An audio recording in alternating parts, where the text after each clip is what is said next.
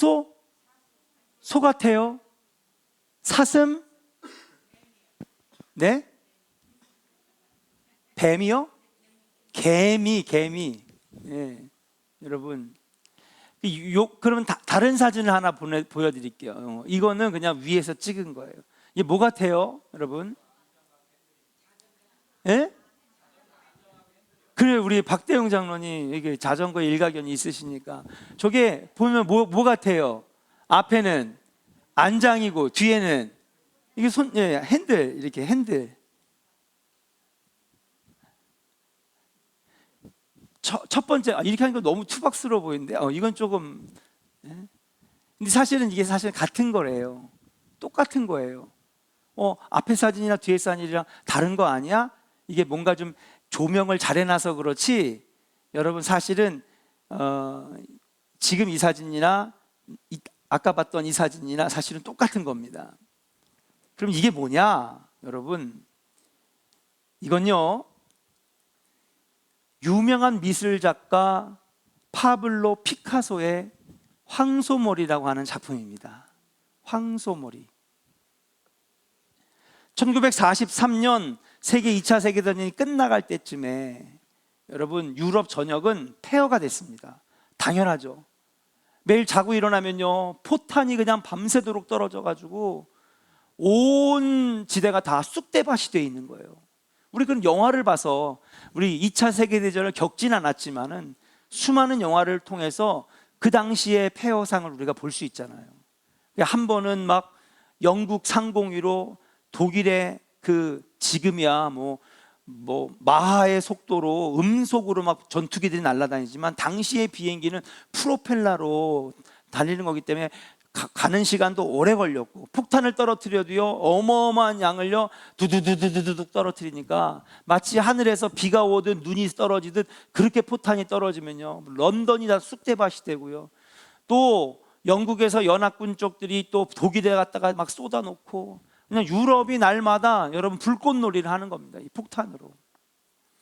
그러다가 낮이 돼서 피카소가 길을 걸어가는데 여기저기에 폐허가 되고 파편이 되어 있는, 그런데 자전거 한 대를 발견한 거예요. 다 망가졌겠죠. 부서졌겠죠. 그냥 무심코 망가졌네, 그리고 놓고 올 수도 있는데 그 자전거를 자기 집 작업실로 가져옵니다. 아무리 생각을 해봐도 이게 뭐에 쓸 수 있을까? 고물 자전거인데.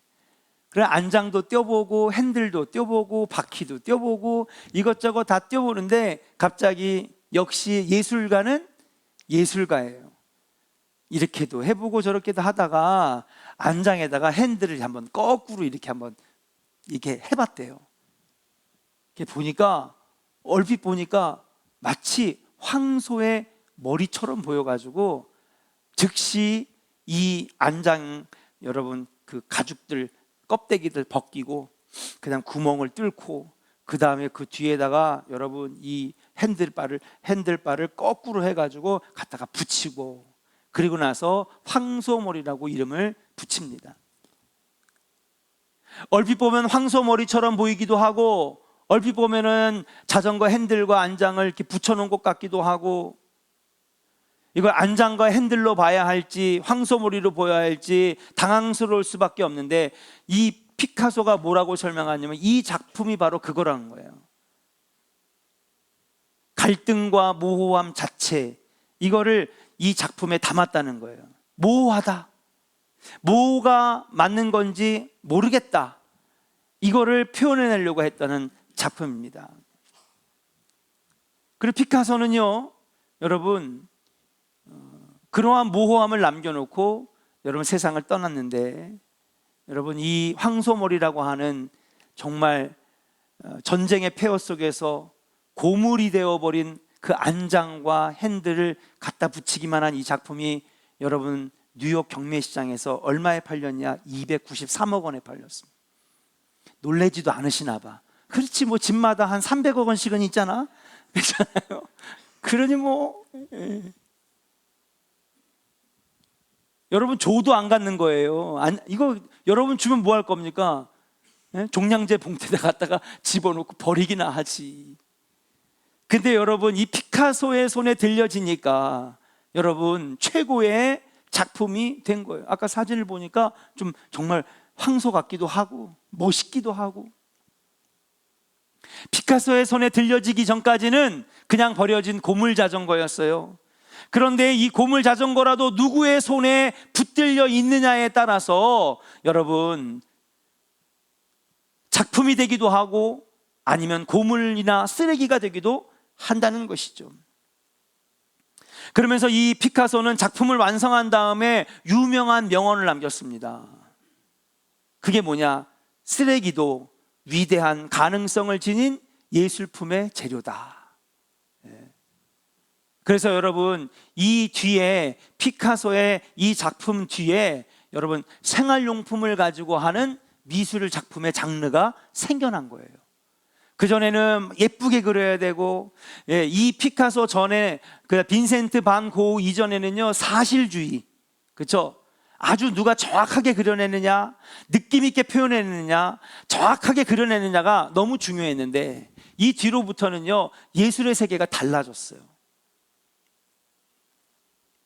쓰레기도 누구의 손에 붙들리냐에 따라서 예술품이 될 수 있다라고 하는 말, 결국 이 작품은 293억 원의 예술품이 되었다라고 하는 사실이에요. 자, 그러면 여러분에게 한번 물어보겠습니다. 피카소가 위대한 예술가일까? 하나님이 더 위대한 예술가일까요? 하나님이 더 위대한 예술가예요. 주님이 뭐라 그러는지 아십니까? 예수님께서 하나님을 향하여 주는 토기장이 나는 그릇, 나는 진흙. 그러니까는 하나님은요, 하나님 손에 딱 붙들리면은 이 어떤 세상의 천재적인 예술가보다도 더 위대하신, 더 예술적으로 뛰어나신, 아니 주님 손에서 과학적으로도 상식적으로도 설명해낼 수 없는 엄청나게 아름다운 이 대자연과 우주를 만드셨잖아요. 그런 분이 피카소보다 몇백 배, 몇천 배, 몇만 배는 더 위대한 예술가 아니겠습니까? 그러니 그분이 토기장이가 되셔서 칠흑 같은, 진흙 같은 나를 붙잡아 주시면 나도 위대한 예술품이 될 수 있다는 거예요. 사랑하는 여러분, 하나님이 쓰지 못할 사람은 없는 줄로 믿습니다. 하나님께서 바꾸지 못하는 사람은 이 세상에 없는 줄로 믿습니다. 하나님은 세상에서 연약해 보이는 우리를 변화시켜서 위대한 하나님의 사람으로 바꾸기를 원하시는 거예요. 그러려면 어떻게 해야 되느냐? 따라합시다. 하나님 손에 붙들려야 합니다. 오늘 말씀의 제목이 뭐예요? 하나님 손에 붙들리십시오. 여러분, 그 세상 어떤 사람들보다도 훨씬 위대하신 예술가이신, 토기장이신 그 하나님이 우리를 딱 붙들어 주시면 우리는 어떠한 마스터피스, 예술품이라도 될 수 있다라고 하는 사실이에요. 사랑하는 조은의 성도 여러분, 하나님 손에 붙들리시기를 주의 이름으로 간절히 축원합니다. 우리 한번 옆 사람에게 축복하겠습니다. 하나님 손에 붙들려 삽시다. 할렐루야. 여러분, 하나님 손에 붙들리면 정말 연약한 나도, 부족한 나도, 모자란 나도 위대한 예술품이 될 수 있다라고 하는 사실, 위대한 미래가 열려지게 될 줄로 믿습니다. 자, 오늘 본문 시편으로 한번 들어가 볼게요. 오늘 시편 119편은 당연히 여러분 시편의 대부분을 지은 다윗의 작품입니다. 다윗이야말로 어쩌면 이 말이 제일 어울리는 사람이 아닐까? 다윗이야말로 아무것도 없었던, 누구도 거들떠보지 않았던, 형제들 중에서도 너는 가서 양이나 치고 있어라, 아버지에게조차도 인정받지 못했던 그런 막내 아들, 어린 다윗이었지만 다윗이야말로 정말 하나님 손에 붙들리며 살았던 사람이 아니겠는가. 그리고 그가 어떻게 하나님 손에 붙들려 살았는지를 보여주는 대목이 바로 오늘 시편 119편이라고 하는 사실입니다. 저는 오늘 여러분과 이 시편 119편에 나와 있는 말씀을 통해서 하나님, 나도 하나님 손에 붙들리기를 원합니다. 하나님, 나도 하나님 손에 붙들려 살기를 원합니다. 여러분, 그렇게 쓰임받는 인생들이 다 될 수 있기를 주님의 이름으로 축복합니다. 첫 번째, 다윗이 어떻게 평생 하나님 손에 붙들려 살 수 있었을까? 따라합시다. 다윗은 전심으로 부르짖었습니다. 자, 다윗은 전심으로 부르짖었어요. 다윗이 하나님 손에 붙들려 살 수 있었던 이유는 뭐냐? 부르짖는 사람이었다는 사실입니다. 145절부터 147절까지 한번 읽어보겠습니다. 같이 읽어요. 시작. 여호와여, 내가 전심으로 부르짖었사오니 내게 응답하소서. 내가 주의 교훈들을 지키리이다. 내가 주께 부르짖었사오니 나를 구원하소서. 내가 주의 증거들을 지키리이다. 내가 날이 밝기 전에 부르짖으며 주의 말씀을 바랐사오며. 아멘. 여러분, 145절, 146절, 147절에 계속 반복해서 나오죠. 145절에 뭐예요? 내가 전심으로 부르짖었사오니. 146절에 보니까 내가 주께 부르짖었사오니.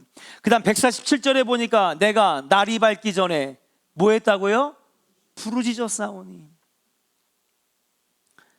다윗에게는요, 악한 사람들이 주변에 많았습니다.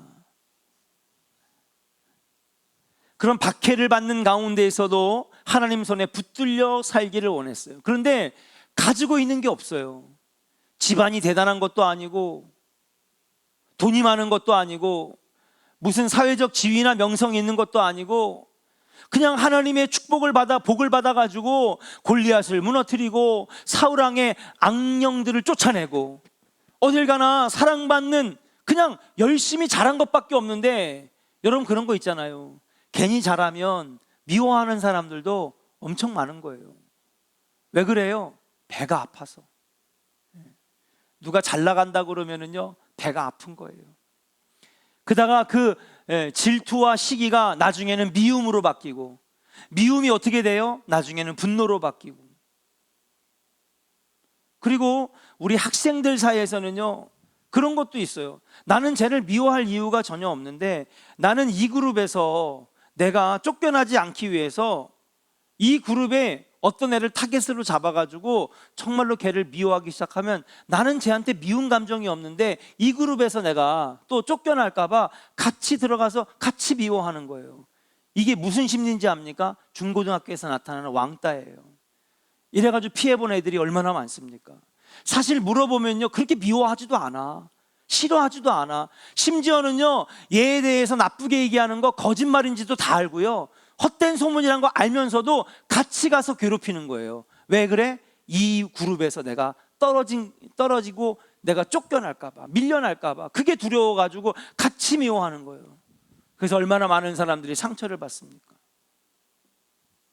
다윗이 아마도 그러한 희생자가 아니었겠는가. 누구한테 나쁜 짓 한 적도 한 번도 없고 욕한 것도 없고 뭐 어떤 이기적인 행동이라든지 미움 살 만한 행동을 한 번도 한 적이 없는데도 불구하고 다윗은 그렇게 쫓겨다니는 인생이었어요. 얼마나 괴로웠을까. 심지어는요, 나라에 제일 힘이 있는 왕이 자기를 죽이려고 할 때에 여러분 다윗의 심정이 어떻겠습니까? 그렇게 왕따당하고 위움당하고 죽음의 공포를 1년만 겪어도 엄청난 인생의 트라우마가 생길 텐데, 여러분 무려 16년 동안 그러한 삶을 이어갔으니 다윗의 마음이 얼마나 힘들었을까. 근데 여러분, 이 어려운 고통과 마음의 어려움을 어떻게 이겼는지 아십니까? 그가 할 수 있었던 건 뭐예요? 오직 주께 부르짖었사오니. 내가 주께 부르짖었사오니, 전심으로 부르짖었사오니, 날이 밝기 전에 부르짖었사오니. 그가 할 수 있었던 건 뭐냐 하면 여러분, 오직 기도의 줄을 붙잡는 거였어요. 그렇게 다윗이 기도의 줄을 붙잡으니까 하나님이 그의 인생을 하나님의 손으로 꼭 붙들어 주셨는 줄로 믿습니다. 사랑하는 조언의 성도 여러분, 우리가 의지할 데가 없잖아요. 우리가 여러분 정말 인생에 어려움 당할 때가 있잖아요. 여러분, 사람들도 외면합니다. 그럼 우리는요, 여러 가지 선택지를 생각을 해요. 차라리 그냥 죽을까? 살아서 뭐 하나? 비관하고 도망가고 여러 가지 괴로움 속에서 몸부림칠 때에 그때마다 우린 다윗을 생각해야 돼요. 다윗만큼 괴로웠을까? 다윗만큼 왕따당했을까? 다윗만큼 그렇게 미움당했을까? 미움받았을까? 그때마다 다윗은 뭐 했느냐? 전심으로 부르짖었다는 사실이에요. 우리가 기도의 줄을 놓지 않으면 하나님도 우리 인생을 놓지 않으시는 줄로 믿습니다. 기도하면 하나님 손이 붙들려 살 수 있는 거예요. 기도 없이 어떻게 믿음을 지키고 기도 없이 어떻게 신앙생활을 할 수 있을까? 기도는 우리를 하나님의 손에 붙잡히게 하는 가장 귀한 수단인 줄로 믿습니다. 바울과 빌립보에 간 신라가 점치는 여종, 기도해주고 안수해줌으로 여러분 점치는 여종 안에 있는 귀신이 떠나갔어요. 그 여종의 주인이 화를 냅니다. 왜요? 귀신이 안에 있어야 아주 백발백중 맞추는데 무당이 다 귀신 들린 거 아닙니까? 근데 귀신이 나가니까 아무것도 못 맞춰요. 순진한 16살 손으로 돌아옵니다. 그러니까는요, 여러분 밀고를 해가지고 바울과 실라가 여러분 매를 맞고 옥에 갇히게 됐습니다. 온몸이 쑤셨을 거예요. 그냥 빨리 자고 내일 아침에 또 고문을 당하고 매를 맞고 그걸 준비해야 되는데 이 둘은 뭐 했는지 아십니까? 밤새도록 온몸이 쑤시고 아프고 피멍이 들었는데도 불구하고 일어나 하나님을 찬양하고 기도했어요. 그렇게 기도의 줄을 붙잡았더니 큰 지진이 나고 감옥문이 자연스럽게 열리면서 그들이 옥에서 나올 수가 있다라고 하는 사실이에요. 기도하니까 하나님의 손이 그들을 구원해 주셨는 줄로 믿습니다. 사랑하는 조은의 성도 여러분, 정말 여러분 방법이 보이지 않고 막막하고 어려울 때, 아니 그런 일이 혹시 없고 잘 될 때에도, 평탄할 때에도, 문제 없을 때에도 기도의 줄을 놓지 않기를 주의 이름으로 간절히 축원합니다. 그러면 하나님께서 하나님의 손으로 여러분들을 놓지 않으실 거라는 사실. 한번 따라 합시다. 기도의 줄을 놓지 않으면 하나님도 나를 놓지 아니하십니다. 아멘. 여러분 기도의 승리자가 되시고 기도의 성공자가 되셔서 여러분 하나님 손에 꼭 붙들려 사시는 승리하는 신앙생활 하시는 성도들 되기를 주의 이름으로 간절히 축원합니다. 두 번째 따라합시다. 다윗은 말씀을 의지했습니다. 여러분 다윗이 하나님 손에 붙잡혀 살 수 있었던 두 번째 이유는 뭐냐면 말씀을 의지했다는 사실이에요. 오늘 본문은 다윗이 하나님 말씀에 의지하고 말씀대로 살려고 했던 그 모습을 보여주는 대목입니다. 우리 같이 147절부터 149절까지 한번 읽어볼게요. 같이 읽겠습니다. 시작. 내가 날이 밝기 전에 부르짖으며 주의 말씀을 바라싸우며 주의 말씀을 조용히 읊조리려고 내가 새벽녘에 눈을 떴나이다. 주의 인자하심을 따라 내 소리를 들으소서. 여호와여 주의 규례들을 따라 나를 살리소서. 아멘. 아멘. 자, 여러분 147절에 보세요. 내가 날이 밝기 전에 부르짖으며 주의 뭐를 바라싸우며 말씀을 바랬다는 거예요. 그러니까 뭐냐면 기도하면서 하나님 내게 말씀 주세요. 오늘도 나를 움직이고 나를 힘나게 하고 나를 올바른 길로 인도하는 말씀 주세요. 말씀을 사모했어요. 말씀 달라고 기도했어요. 148절 그 다음 뭐예요? 주의 말씀을 조용히 읊조리고. 주님이 말씀 주셨잖아요. 오늘 수요예배 때는 설교를 통해서 말씀을 주시고, 그죠? 여러분이 성경 통독을 읽으면서 오늘 한 장을 읽었던, 세 장을 읽었던, 5장을 읽었던 나에게 주시는 말씀이 있는 거예요. 오늘의 말씀. 그 말씀을 받으면 이제는 뭐 했느냐? 148절에는 조용히 뭐 했다고요? 읊조리고. 이거 뭐예요? 말씀을 묵상했다는 거예요. 말씀을 생각했다는 거예요. 말씀을 적용하는 거예요. 자, 그 다음 149절 주의 인자하심을 따라 내 소리를 들으소서. 여호와여 주의 규례들을 따라 나를 살리소서. 말씀대로 살겠습니다. 결단하는 모습이에요. 그러니까 여러분 말씀 받기를 사모하고 주신 말씀을 묵상하고 그 말씀에 적용하고 그 말씀을 실행에 옮기고 따라 살려고 여러분 애쓰는 모습. 여러분 말씀에 관한 모든 것이 이 147절부터 149절에 그대로 나와 있어요. 아까 우리가 앞에서 하나님 손에 붙들리기 위해서 뭐 해야 된다고 그랬어요? 부르짖어야 된다고 그랬죠. 뭐예요? 기도하는 거예요. 근데 어떻게 기도해요? 전심으로 기도하고. 그죠? 앞에 145절부터 147절에 보면 기도에 대한 모든 것들이 있어요. 복잡하지 않아요. 전심으로 부르짖었대요. 주실 거면 주시고 말 거면 말 거고, 중언부언하고 어영부영 기도하는 거 하나님 응답 안 해주시죠. 전심으로 부르짖었대요. 또 147절 보니까 날이 밝기 전에 내가 기도하고. 여러분 뭐예요? 새벽 기도예요. 새벽 기도. 솔직히 말해서 평상시 낮에 저녁에 우리 바쁘잖아요. 기도하려고 마음 먹으면 그렇게 기도가 쉽게 나오나요? 그러니까 하루에 시작할 때, 남들 다 잘 때에 이 귀한 이 하루의 첫 시간에 내가 먼저 기도하고 말씀 듣고 시작하겠다는 거예요. 다윗이 왜 이렇게 말씀을 사모하고 받기를 소망하고 받은 말씀을 묵상하고 그 말씀을 지키려고 부단히 노력했느냐? 왜 그럴까요? 하나님의 말씀만이 진리임을 알았기 때문에 그래요. 한번 따라 합시다. 하나님 말씀만이 진리입니다. 사람의 말은 진리가 아니에요. 그렇죠? 근데 우린 사람의 말을 너무 맹신해. 그러다가 속고 사기당하고 돈 다 날리고, 그렇죠? 근데 하나님의 말씀은 그런 게 아닙니다. 하나님의 말씀은 영원히 변치 않는 진리의 말씀이에요. 내가 믿을 수 있는 것은 오직 하나님의 말씀이고 내가 의지할 수 있는 수단은 오직 하나님의 말씀입니다. 그것을 고백하는 내용이 바로 오늘 시편 119편의 여러분 다윗의 고백이란 말입니다.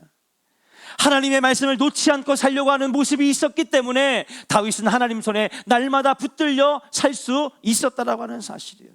사람의 말은 얼마든지 변하고 사람의 말들은 얼마든지 바뀔 수가 있습니다. 상황에 따라, 시대에 따라, 그리고 그 말을 한 사람의 여건에 따라. 돈 많을 때는 무슨 말은 못합니까? 자기가 여유 있을 때 무슨 말은 못합니까? 근데 여러분, 자기의 상황이 나빠지면 금방 말 바꾸고, 자기가 불리해지면 금방 말 바꾸고. 사람의 말은요 진리가 아닙니다. 근데 하나님 말씀은요 변하지 않는 진리가 되기 때문에 옆에서 다윗에게 얼마나 많은 사람들이 쏙닥쏙닥 했습니까? 그런데도 불구하고 다윗은요 하나님 말씀만 의지했다라고 하는 사실이에요. 148절에 보면 주의 말씀을 읊조리려고 내가 새벽녘에 눈을 떴나이다. 날이 밝기 전에 새벽녘이라고 하는 것은 새벽 하면 한 4, 5시, 6시 이때의 밤 시간을 말하는 것이 아닐까. 사람들이 깊은 잠을 잘 때입니다. 그러나 기도하고 말씀을 읊조리기 위해 잠자는 것 여러분 포기하고, 아니 양보하고, 그리고 나서 하나님을 찾는 이 다윗을 하나님이 얼마나 기뻐하셨겠는가. 하나님의 말씀을 묵상하고 말씀으로 시작하는 신앙의 열정을 하나님 보시고 그를 놓지 않았다는 사실이. 여러분, 우리도 하나님 손에 붙들려서 하나님이 여러분의 가정을 포기하지 아니하시고 하나님이 여러분의 인생을 포기하지 아니하시는 놀라운 은혜가 여러분 안에 있기를 주의 이름으로 간절히 축원합니다. 자, 다윗은 결국 어떻게 되었어요? 여러분, 이스라엘의 가장 위대한 왕이 되었고 하나님 마음에 합한 자가 되었습니다. 하나님께서 인정해 주시는 하나님 마음에 합한 왕이 되게 되었다는 사실. 그래서 이제는 봐라, 다윗이 신앙의 모델이다. 많은 사람들에게 다윗을 신앙의 모델로 소개할 만큼 여러분 다윗은 인정받는 사람이었습니다. 하나님은 다윗의 부르짖는 기도 소리를 들으시고 새벽마다 말씀을 사모하고 기도하고 그 말씀을 묵상하는 다윗을 결코 잊지 않으시고 마지막에 그를 잘 되게 하셨다라고 하는 사실. 결론의 말씀이 무엇입니까? 여러분, 하나님 손에 붙들리는 방법은 다른 곳에 있는 것이 아닙니다. 날마다 부르짖고 전심으로 부르짖고 여러분 말씀을 사모하고 주신 말씀을 묵상하고 그 말씀대로 살려고 하는 모습이 있을 때에 하나님 여러분 손에 붙들리는 인생이 된다라고 하는 사실이에요. 세계 2차 세계대전을 이끈 영국의 명장 몽고메리라고 하는 사령관이 있습니다. 이 몽고메리라고 하는 사령관이 젊었을 때에 성경 공부 모임에 열심히 참석했대요. 그리고 성경 공부만을 이끄시는 목사님의 이름이 로드 라드스톡이라고 하는 목사님이래요. 그러니까 좀 영국 이름이 조금 특이하긴 합니다. 라드스톡. 근데 이제 성경 공부가 끝나고 늦은 밤이 되니까 목사님 제가 가는 길 목사님 집까지 모셔다 드릴게요. 그리고 이제 같이 걸어가게 됐대요. 근데 오늘 목사님 제가 궁금한 게 있는데 오늘 성경 공부하면서 똑바로 하나님 앞에 살라고 했는데 어떻게 사는 것이 하나님 앞에 똑바로 사는 것입니까? 그렇게 물어보니까 목사님이 볼펜을 하나 이렇게 꺼내시더래요. 볼펜을. 그리고 가다가 벤치에 앉아보라고. 그래 벤치에 앉았어요. 벤치에 앉아가지고 이 목사님이 자신의 안주머니에 있던 볼펜을 딱 꺼낸 다음에 그 다음에 어떻게 하냐면은 이 벤치 위에다가 이렇게 세웠대. 자, 세워볼게요. 제가 여기 세워볼게요. 아이고, 어떻게 돼요? 저는 자꾸 넘어지고 그 목사님은 세웠을 것 같아? 그래요? 그런 거예요? 이건 그래도 좀 평평한데, 쓸 것 같은데. 아이고. 근데 볼펜은 어때요? 더 뾰족하죠? 그럼 더 잘 서요? 벤치 거기 나무 사이에다 딱 껴놓으면 쓴다고? 제가 한번 세워볼게요. 이게 넘어져요. 그죠? 목사님 이걸 몇 번 하는 거예요. 이렇게. 몇 번 이렇게 하는 거예요. 그래서 목사님 왜 그러세요? 그랬더니 목사님이 이렇게 얘기합니다. 자네 이 볼펜이 어떻게 잘 서나? 그랬더니 이 몽고메리가, 젊은 몽고메리가 뭐라 그러냐? 당연히 이게 이렇게 넘어지죠. 그러니까 어떻게 쓸 수 있나? 목사님이 이렇게 손으로 붙잡고 있으면 쓰죠. 그때 딱 이 목사님이 얘기하는 거예요. 하나님 앞에 똑바로 사는 건 하나님 손에 붙들릴 때 똑바로 살 수 있는 거야. 근데 하나님이 너의 인생을 놓으면 우리는 이렇게 쓰러질 수밖에 없어. 쓰러질 수밖에 없어. 그때 몽고메리가 홀로 집에 가면서 깊이 마음에 결단합니다. 나는 오늘 중요한 교훈을 얻었어. 내가 평생 하나님 손에 붙들려 살아야 되겠다. 붙들려 살아야 되겠다. 그때부터 그는 군인의 길을 입대해서 군인의 길을 걷는 동안, 여러분 군대 생활 얼마나 엄격합니까? 그래서 참 어려움이 많은데도 여러분 그 오랜 생활, 군부대 생활하고 나중에 사령관이 될 때까지 여러분 그는 날마다 하루도 빠짐없이 기도를 빼먹은 적이 없고, 작전을 지휘하면서도 그 책상에는 날마다 성경책이 올려져 있었고, 가장 중요한 전투에서도 여러분 이 성경책은 항상 그의 손에 붙들려 있었어요. 왜? 평생 누구 손에 붙들려 살려고요? 하나님 손에 붙들려 살려고. 제가 군대에 있을 때 제가 34단 포병을 나왔어요. 저희 포병 부대는 157mm 자주포, 탱크처럼 보이는데 탱크가 아니라 탱크처럼 빠르게 시속 45km로 50km로 가다가 그대로 탁 서가지고 밑에다가 진동을 이렇게 반동을 넣을 수 있는 장치를 뒤에다가 딱 박아놓고, 그 다음에 빨리 포를 쏘고 또 도망가가지고 또 포 쏘고, 아주 기동력이 있는 포, 이걸 자주포라고 하는데 한국의 기술이 대단합니다. 이 부대였었어요. 그래서 저희 부대에 여러분 믿음 없는 여단장이 있었는데, 제가 상병을 달면서 믿음이 신실한 여단장님이 오십니다. 그때부터 제 군생활도 활짝 피기 시작했습니다. 이등병, 일병은 지옥이었어요. 제가 옛날에 한번 군대 얘기 한번 했었어요. 제가 간증도 있고. 그런데 제가 새벽 예배 때 제가 이 몽고메리 얘기를 했어요. 그리고 난 다음에 겨울이 오면 여러분 2주 동안 영하 20도에서도 여러분 혹한기 훈련을 합니다. 그런데 갑자기 여단장님이 중대 발표를 하는데, 지금까지 우리 그 채플린이라고 하죠, 군목 목사님들은 여름에 유격 훈련, 그 다음에 겨울에 혹한기 훈련, 그 다음 봄 가을에 있는 무슨 작전 훈련, 이런 것 때는요, 저기 군목 목사님은요 여기 앞에서 훈련 딱 떠나고 자주포 막 떠나면요 이렇게 손 흔들어 주는 게 군목 목사님의 일이었거든요. 안녕히 가세요, 여러분 기도하고 있을게요, 한 3일째쯤 되면 내가 따뜻한 커피랑 초코파이 가져가서 위문 갈게요, 이게 목사님이거든요. 그럼 목사님은 집에서 뭐해요? 훈련 2주 동안 나가 있으면 목사님은 편한 거야. 근데 여단장님이 중대 발표를 합니다. 제가 설교 때 몽고메리 얘기를 들었는데, 세계 2차 세계대전을 승리로 이끈 이 몽고메리 장군을 보니 늘 기도를 멈추지 않았고 그 옆에 항상 성경이 있었다고. 그래서 이제부터는 군목 목사님도 모든 훈련에 함께 갑니다. 목사님의 얼굴이 막 찌그러진 거야. 이게 갑자기 청천벽력 왜 날벼락이야? 그때부터요 여단장님이 이렇게 텐트를 치잖아요. 영하 20도에도 텐트에 잔단 말이에요. 다 어떻게 자는지는 여러분 자녀들에게 물어보세요. 군대 갔다 온 자녀들에게. 영하 20도에서도 텐트에 잔단 말이에요.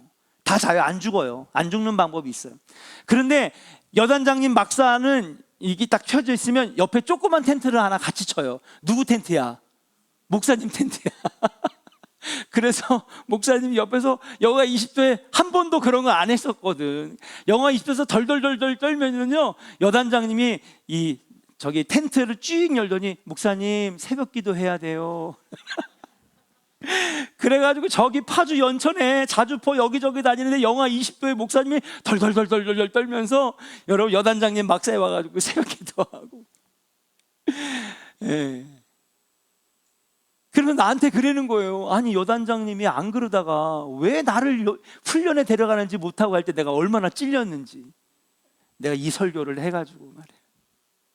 그런 경험이 있습니다. 근데 여러분 그 여단장님을 제가 몇 년 전에 만났어요. 광림수도원에서 별 4개 달고요, 명예롭게 전역을 하셔서, 예, 우리나라 별단 그걸 뭐라 그래요? 그걸 뭐라 그러냐? 별 하나가 뭐예요? 대장? 준장. 그럼 별 2개는요? 소장. 별 3개는요? 중장. 별 4개는요? 그래요. 하여튼 별단 분들만 모이는 기독교 회가 있더라고요. 거기에 신앙 수련을 왔는데, 근데 그분도 그러는 거예요. 왜냐하면 그 여단장님, 제가 막 그분만 생각하면 눈물이 나. 왜냐하면 제 설교에 그렇게 은혜를 많이 받아요. 여러분 21살짜리 설교에 뭘 은혜 받겠습니까? 근데 은혜를 그렇게 많이 받고 되게 사랑해 주셨어요. 나중에 서병장 일로 와봐. 네. 아버님이 목사님이라 그랬나? 네. 그럼 아버님 혹시 부흥회도 다니시나? 네. 그러면 우리 부흥회 열자. 그래가지고 제대 2달 남겨놓고 서정달 목사님 부흥회 오셨어요. 안에 150명밖에 못 들어가는데 여러분 몇 명이 모이는지 알아요? 900명이 모였어요. 병사들이. 그래가지고 여러분 창문 다 띄워. 옆에 있는 창문 다 띄워가지고요. 창문 다 띄워가지고요. 마이크 소리 창문 나가게 하고요. 창문 옆에다가 여러분 돗자리 깔고 거적대기 깔고 걔네들 막 목이 막 물리면서 그냥 막 부흥하고 은혜 받고 막.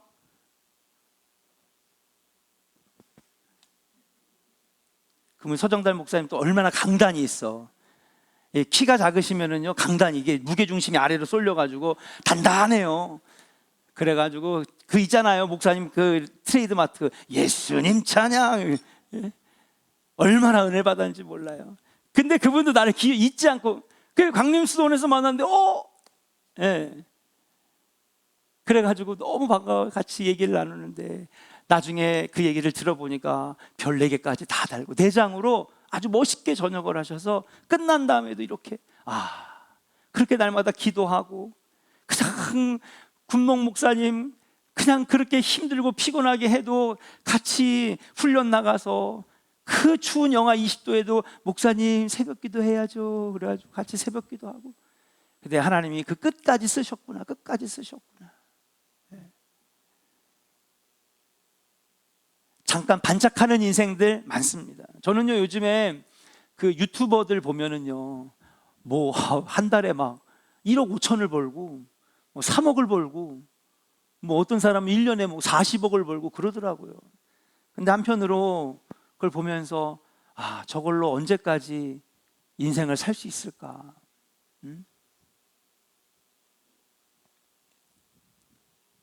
사랑하는 여러분, 우리 인생은 아직도 걸어갈 길이 멉니다.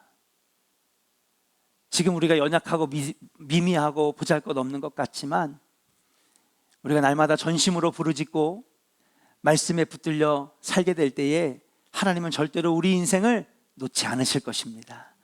여러분의 가정을 포기하지 아니하실 거라는 사실. 몽고메리를 쓰신 하나님, 우리 그 여단장님을 쓰신 하나님, 우리 조원교회 성도들을 위대하게 사용해 주실 줄로 믿고 말씀과 기도로 날마다 하나님 손에 붙들려 사시는 승리의 주인공들이 되시기를 주의 이름으로 간절히 축원합니다. 우리 옆 사람에게 축복하겠습니다. 말씀과 기도로 하나님 손에 붙들려 삽시다. 우리 같이 함께